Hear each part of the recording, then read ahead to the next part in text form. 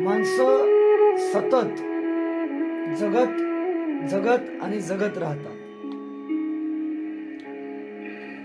जेव्हा हीच माणसं आपल्या आयुष्यात मागं वळून पाहतात तेव्हा त्यांना काहीतरी चुकल्यासारखं वाटतं, काहीतरी मागं राहिल्यासारखं वाटतं.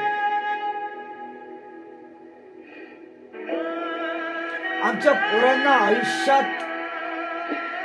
आयुष्याचं महत्व समजून सांगताना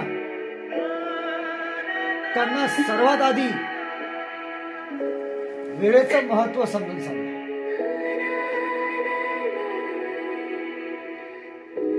त्यांना वेळेचं मोल समजून सांगा.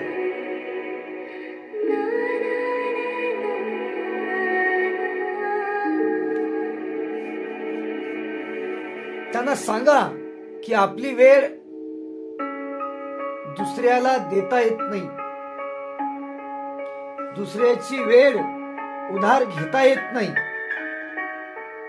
किंवा दुसऱ्याचा तासभर आपल्याला उसना घेता येत नाही. वेळ एकदाच येते, क्षण येतो तो एकदाच. म्हणून ज्याला वेळेवर संधीचं सोनं करता आलं तो आपल्या आयुष्याचं सोनं करतो.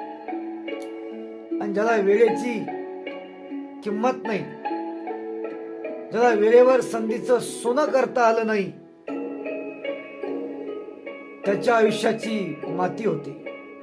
खरं तर ही सर्व वस्तुस्थिती आहे, ती आपण सर्वांनी समजून घेतली पाहिजे, नाही का?